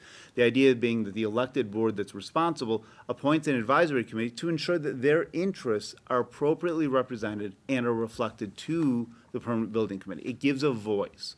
It does not actually change the Public Building Committee. The Public Building Committee was consulted very heavily with these changes and did ultimately vote to endorse these changes as well. Town Council Mullen, again, SEL, was very instrumental in making sure that the language in here reflected the necessary components for this, and that was accepted. This brings us over to the third, which is Chapter 143, fingerprint-based criminal record background checks. This is similar to the bylaw that was recommended for the fall town meeting, and we all recommended to vote for indefinite postponement on that particular bylaw. We've actually made some minor tweaks and changes to this, working very closely with Chief Smith. The purpose of the changes now is to do two components. One is to make it compliant with the changes in quarry law that happened a couple of years ago. So the changes in quarry law actually affected the Chapter 143, which, as far as bylaws go, is not a very old bylaw. It was only implemented in 2012. But the changes in the quarry, which went into effect a few years ago, render a conflict between the current bylaw as written and the way that it can be implemented, so that we don't want to get our police in trouble with the quarry board. So the idea behind this is it cleans up that language. In addition, it changes the timing of components where a criminal background check is done, so that ultimately the police will be able to get a background check done before the town council or other licensing authority. I believe all of them are currently going before your board. But before you are actually typically have given the opportunity to do the full vote. That way we do not get into situations where you may have incomplete information when a request comes in, and then it has the ability for that to take action. That way you can be as informed as possible and make the decision that you feel is appropriate for the town. It will still be in your right to disregard the recommendation, pro or con, from the Department of Police. But it's really important that you have the ability to get that information in a timely fashion. We know earlier in the last year that this became a conflicted situation where there was the potential of withholding a permit after investment was made, and that made it for a situation that was ultimately bad for all parties involved. And this would prevent that type of situation from happening. So we worked with Chief Smith extensively to make it so that that situation should hopefully never recur. Chapter 155 is actually a new bylaw for vacant storefronts. This is one that actually was advocated for by a few different people, including Councilor Santos. The idea behind this, and it relates back to some of the comments earlier and topics that you discussed earlier in the meeting regarding public artwork, also regarding vibrancy and trying to do the right thing for the town. The purpose behind this particular bylaw is to handle the storefronts that are chronically vacant. And it's very specific. We've actually updated the wording so that it only affects first floor storefronts, commercial storefronts. And if they're vacant for more than 90 days, then where they're unoccupied, unused for 90 days, they then become subject to a registration requirement, ultimate to the building department. The idea behind this is that the town will then know about the vacancies and can work with the property owners to figure out how the vacancy should be appropriately dealt with. This is modeled after a very similar bylaw in Arlington. We've actually simplified it and made it very Wakefield by involving the right parties in Wakefield and making it actually simpler for the property owner to actually handle the situation here. So ultimately what happens is that there becomes 4 options when there is a vacancy. You can have the vacancy filled. That means that it's obviously getting its usage as a storefront or some such componentry. You can allow public artwork. The actual artwork itself would be determined by the Wakefield Cultural Council, since they are the board that is charged with determining art for the town, and they endorsed this particular bylaw. We worked with them for that. There is a $100 quarter fee that can be assessed. That fee is designed to help offset the cost of maintaining the fact that we know that it's vacant, doing appropriate inspections and so forth.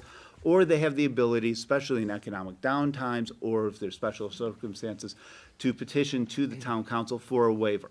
And there are no restrictions on what the waiver itself, no real restrictions on what the waiver itself is, as long as it's designed to be done in alignment with the bylaw.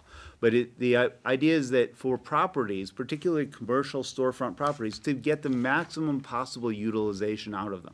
There are some storefronts in the town that we know of that have been chronically underutilized, and this should enhance it. And even if the property owner chooses not to rent it out or utilize it themselves, which is certainly their right, this allows it to be used for something for the public good, or at least to have the town notified so that the town knows what's actually going on. It promotes the communication at a very minimum. The fee structure in it is designed to be very minimal. Council Mullen did a fantastic job of working with lots and lots of revisions over 9 months to try and get this particular bylaw drafted in such a way that it meets the requirements that were brought to it by, at this point, about 15 different individuals that came before the board. We had contributions from people from the Chamber of Commerce. We had contributions from people from different civic activities. We had contributions from the Wakefield Cultural Council, different artists, a variety of different areas, and discussed a lot of different topics to make sure that this really met the needs of Wakefield. I'm really proud of the way this particular bylaw came about and ultimately where it's going, because I think it will promote public artwork in the vacancies and ultimately reduce the vacancies and at least have communication. And one of the questions that came up recently that was asked, and we asked it of Town Administrator Mayo, was what is the goal of getting revenue out of this? And I think the answer was 0. The goal really is not to raise revenue, it's to get the utilization of the properties. If a property is utilized, it helps the tax base, it helps the utilization, it helps the vibrancy of our downtown. Everyone wins. If a property owner chooses not to take action, this will actually allow us to know it. This will allow the town council to be aware of it if they choose to ask for a waiver, or at a minimum, you will get it, you'll be notified of it through the fee structure that results. So it really does enhance things without taking away any rights or capabilities. And we've made it so that it really is easy as possible. We took the recommendations. Town Administrator Mayo had some fantastic recommendations to change timing to make it so that it was more conducive to the actual business components in town. All of his recommendations were taken, and in some cases actually extended, so that we could make it so that it works for property owners as well. I also recommend that the town council specifically recommend this bylaw as it is a new bylaw, unlike some of the others which are really revisions to this. This is one that came out of the process itself.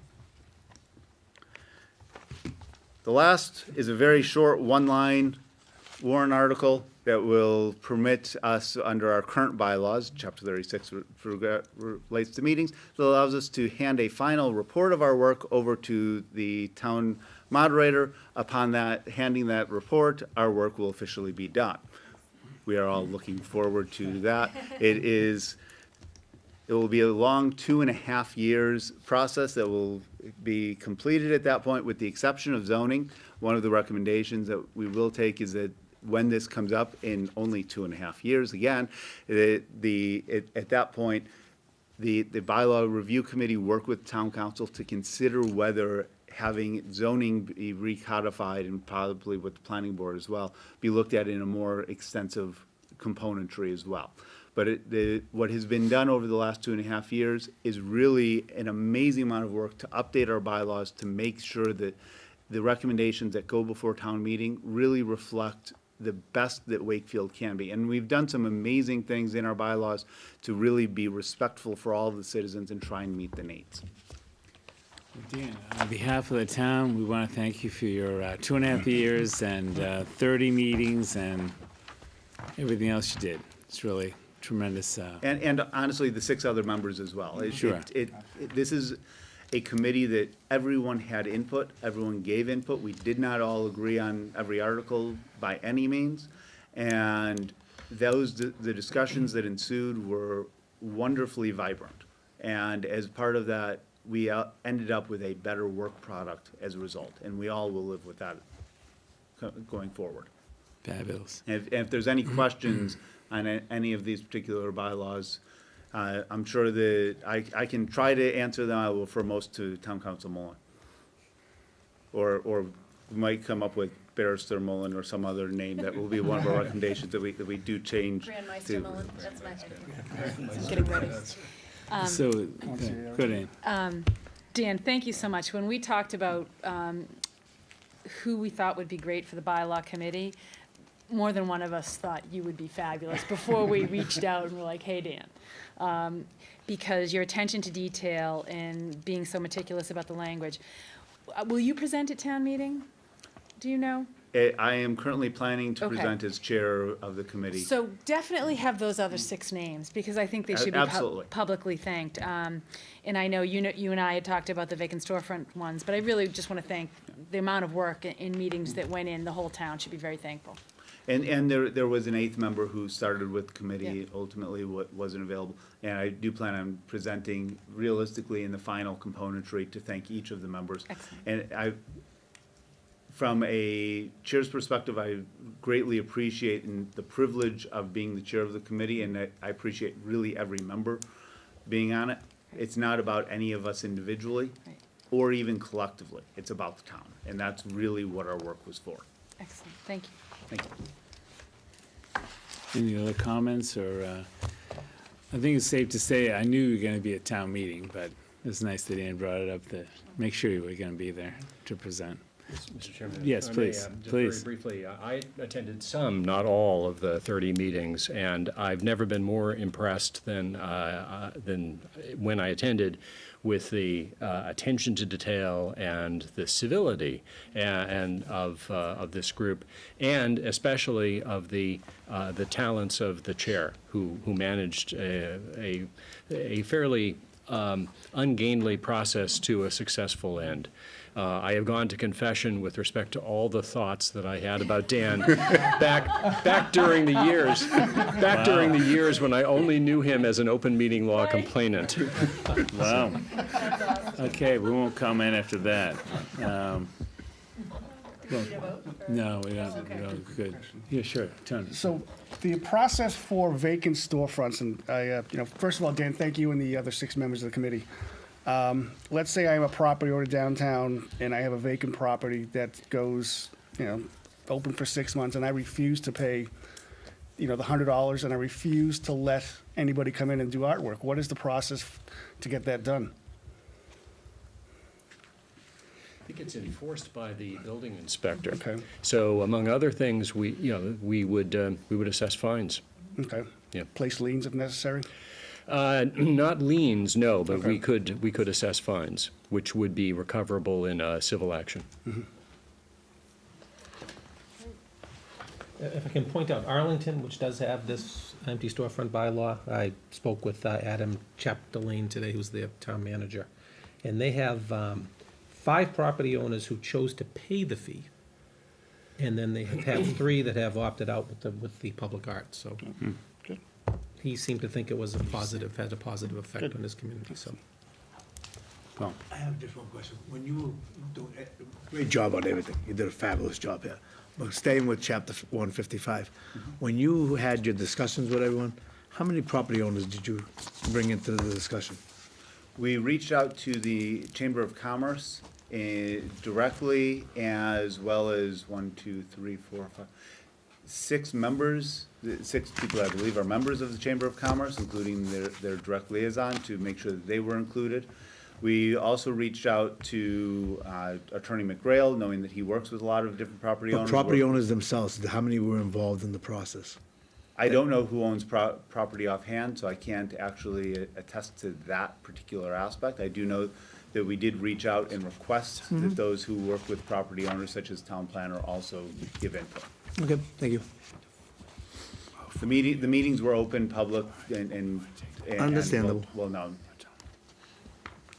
Can I ask just a logistical question on 155? So if a tenant is an owner, so would they be the one responsible for complying with this, or would it be the owner of the building? I mean, is this also incumbent upon renters or tenants that don't own the building? No, okay, that's not how it's, Ultimately, it's the owner who's ultimately it's the owner, responsible okay. always. Okay, I just wanted to be clear on that. I also just want to say, I think this is something that will segue nicely when we get a community and economic development person, because I really feel like it is, the communications is key, and I'm not quite sure kind of in our current structure where that goes, but I think once we have kind of looking forward in the next year or two, something I think we're all in agreement that we need, this is a really good start, so. excellent, I agree. Okay, Dan, we'll see you at town meeting. Thanks, Dan. Thank you very much. Okay, let's go back to 40U.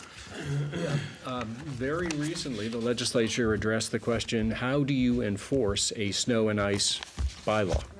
And you may recall that as a result of the work of this committee, we did go back and revise our snow and ice bylaws, and we did so with Chapter 40U in mind. That is, we changed, among other things, the bylaw to make clear that the maximum penalty would be $200 rather than $300, because $200 is the limit under 40U. We also made sure to specify exactly how wide the area you must shovel is in front of your business, because 40U requires that you get just that specific, to the inch. And now it's time, having done that, to adopt Chapter 40U. And it allows the town, as somebody just mentioned, to lien the property of an offender. Previously, we've not been able to do that. So, and it includes also an appellate process, so that the town council would appoint someone, presumably the town administrator, to serve as the hearer of any appeals that may be brought with respect to tickets that are issued for violation of the snow and ice bylaw. So I'm gonna, I like what we're doing here. I know that we already did the vote. So do we have, will more additional information be put here as far as what that actual width is for them to shovel? Is that somewhere already in the bylaw? Yeah, yes, that's actually in the bylaw, that the snow and ice bylaw that's been 175, amended. 175, Yes. okay. Right. So, right now, again, this is geared towards the landlord, the owner of the property. That's right. Okay, so there are a number of properties that I can see in question where one side has no windows, no doors, but it's not the storefront side, where they take care of the storefront side, but they neglect the non-window side or entrance side. I see this is going to fall back onto the merchants more than it is onto the landlords. how do we address that part, or is this something that we even address? Well, no, given that ultimately the fines are leaned on the property, the recourse is against the owner, not the tenant. So if the tenant says that it's not my responsibility, it's still up to the landlord? Yeah. Okay? Yeah. Yeah. Okay. Okay, any other comments or questions on this? Can I get a motion for? Do we need them? I think we do, yeah. Yeah. 4DU, I move that we accept 4DU as Second. proposed by Tom. Yep. Second, all in favor? Aye. All opposed? Hearing none, thank you very much. Dan, great job. Thank you so much, Dan. Okay. No, it should be 5 minutes. Okay, next we have annual town election and annual town meeting warrant, approval of warrant. Annual town election, April 23rd, 2019, and annual town meeting, April 29th, 2019. So moved.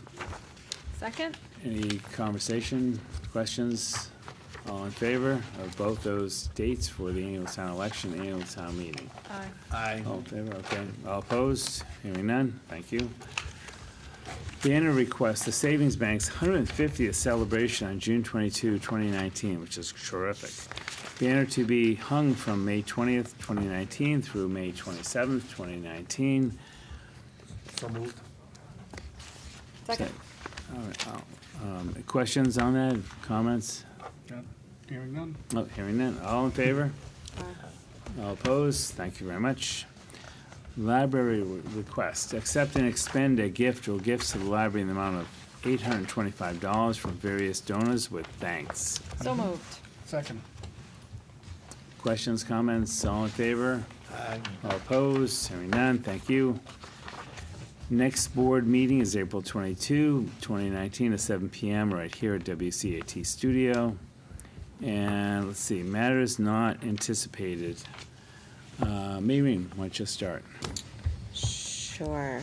There was some great discussion today. Just to remind everyone, tomorrow is the second of the 2019 Sweetser Lecture Series, 7:30 at the Wakefield Savings Bank.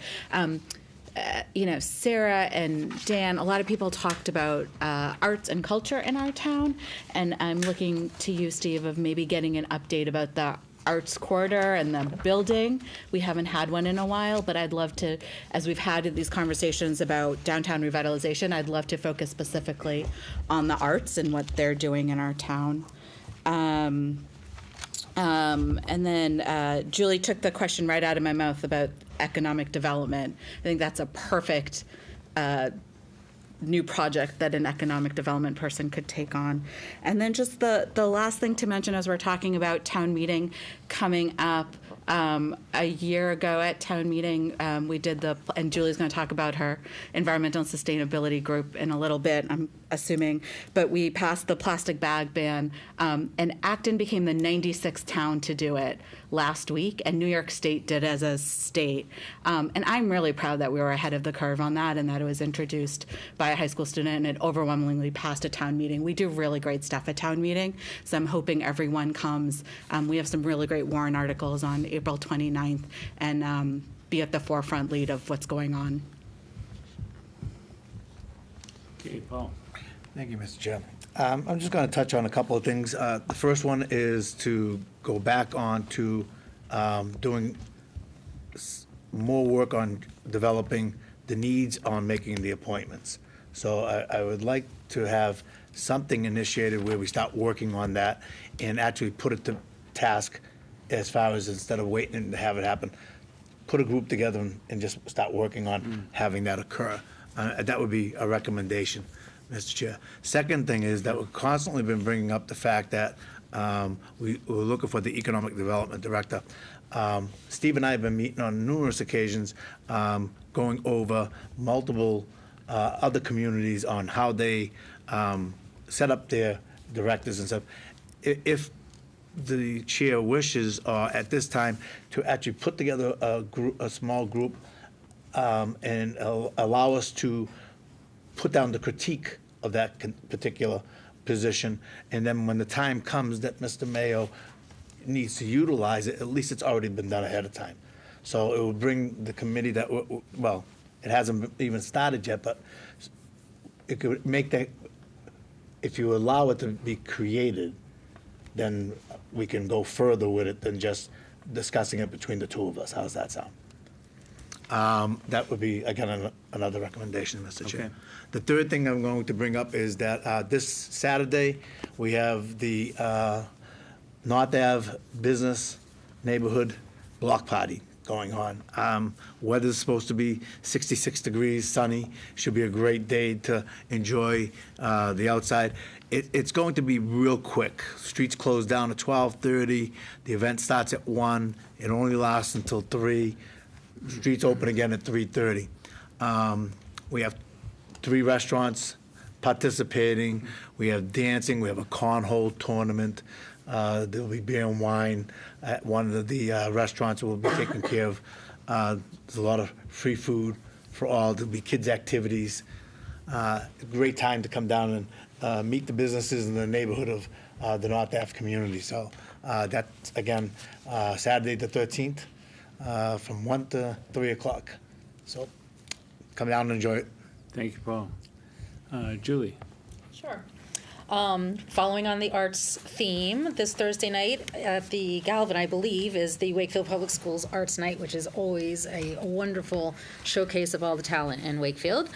As Maureen mentioned, the Environmental Sustainability Committee did meet for the very first time last week. A lot of enthusiasm, a lot of ideas. We're really kind of in the brainstorming phase right now.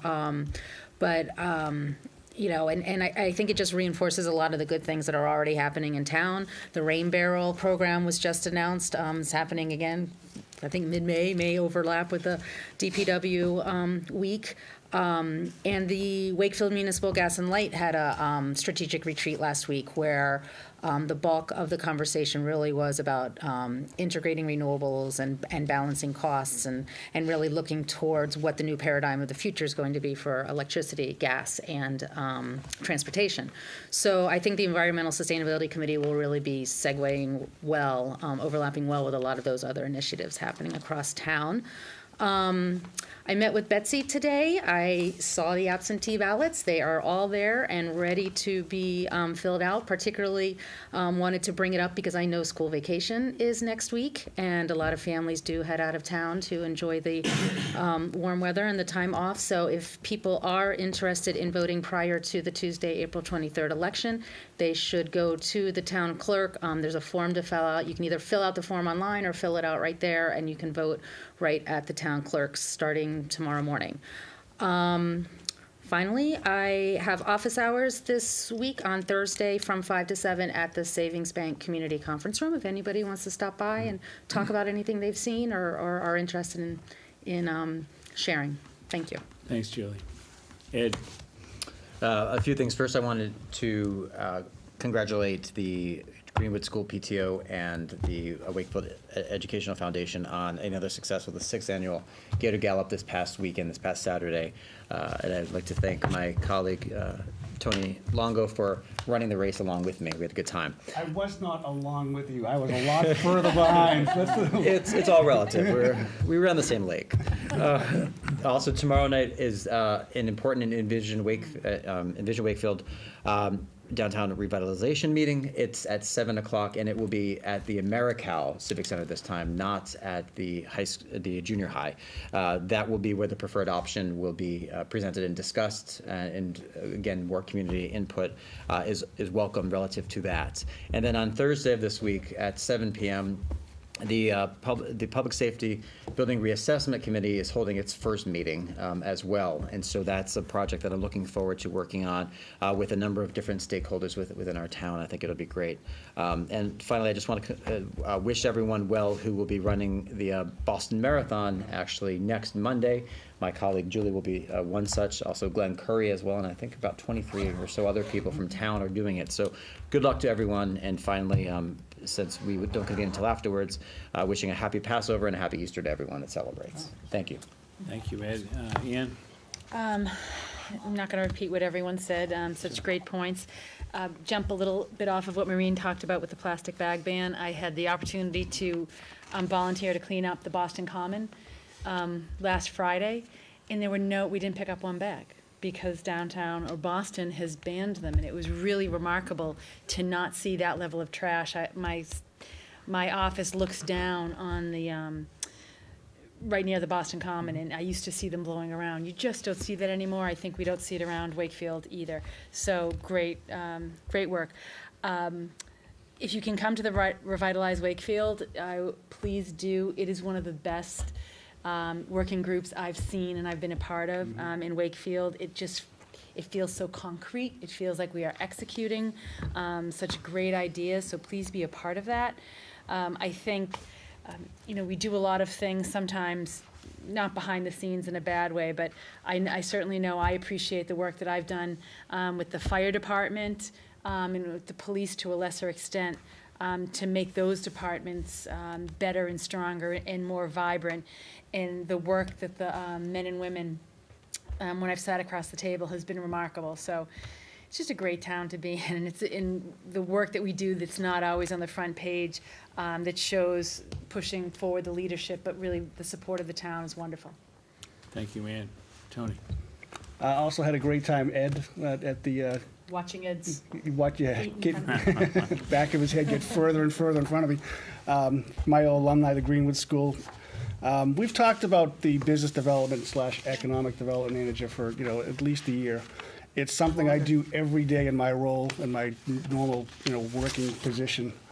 And, we're gonna get it done. There's no doubt in my mind we'll get it done.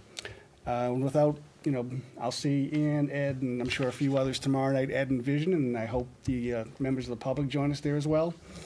Lastly, 4/27, if I have the dates correct, is the Blossoms at the BB. So those tickets sell out fast, so you may want to think about grabbing those soon. Thank you, Tony. Thank you. Sherry, anything down there? Nothing. Nothing? Tom? Nothing, thanks. Steve? Just very quickly, I did, town meeting coming up, I did reach out to our partners, and I call them our partners at the Boys and Girls Club, and they will be providing childcare services again. Excellent. So we'll be I've asked them to give me something that we can put out and promote that, so just wanted to let people know of that, so that is important so people can get there, so. That's it, Mr. Chairman. Well, that's a great segue, too, because the Stoneham and Wakefield Boys and Girls Club has a dodgeball event in between our next meeting on April 20th, basically all day, but I think we're on about 10 o'clock, I think. So don't miss that, and also don't forget to donate to any one of the players, and any questions on who's playing, Anthony Guardia will be glad to tell you and how to sponsor a player. So I think the goal is 40,000, I think, which is a tremendous amount of money in between the two towns. And I hate to say it, I think Stoneham's ahead of us for Anthony today. So don't miss that. That'll be a fun time. And thank you very much for the under 2-hour meeting tonight. Everyone did a great job.